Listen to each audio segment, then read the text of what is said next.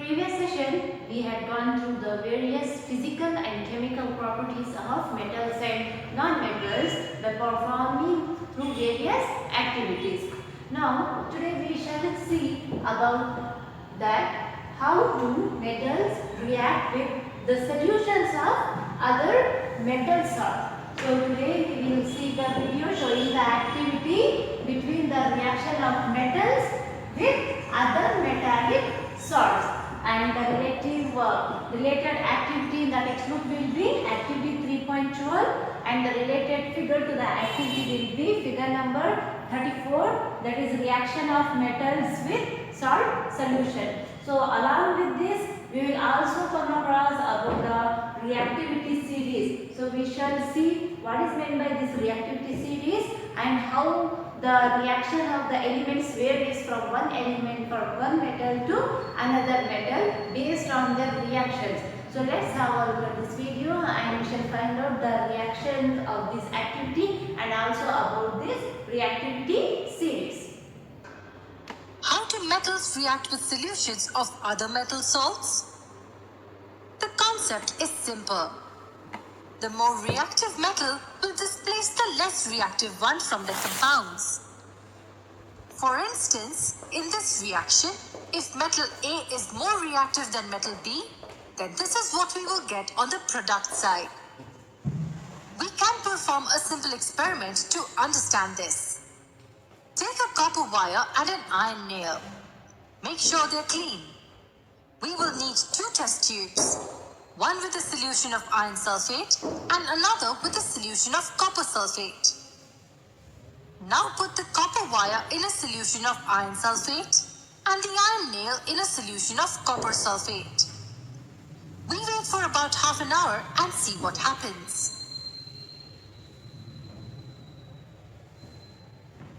We see that a reaction has taken place only in the test tube in which the iron nail is placed. We see that the nail is coated with a pinkish brown deposit which is nothing but copper. And don't assume it's rust. It's not rust. It happens because iron displaces copper from the copper sulfate solution. If it's kept for a few hours, a large amount of copper will be displaced from the copper sulfate solution and iron takes its place to form iron sulfate solution, which is green in color. What about the reaction in the other test tube? Yes, there's no reaction at all. And that's because iron is more reactive than copper. Copper will not displace the iron here. So what are we trying to learn here? Our aim in this series of videos was to find out the order of reactivity of metals. Now what is meant by this reactivity series? The reactivity series, metals being arranged in the decreasing order of the reactivity, is called a reactivity series. It is used to summarize information about the reactions of metals with air, acids and water. That means making metals react with oxygen, water and acids give us a brief idea about the order. And conducting many such experiments will also give us an insight into which metals are more reactive. So after many experiments and trials, the following reactivity series has been developed. The reactivity of metals decreases as we move from the top towards the bottom. And students, you have to remember this order of reactivity of metals in their order as it is shown on your screen. So you have to remember this as potassium, sodium, calcium, magnesium, aluminum, zinc, iron, lead, copper, mercury, silver and gold in the same order as they have described on the screen. Now some students, they might feel it difficult to remember these in their order. Now I'll give you an interesting and entertaining way to remember these reactivity of metals in their order. So let's make a look at this upcoming video and do remember at least according to this technique.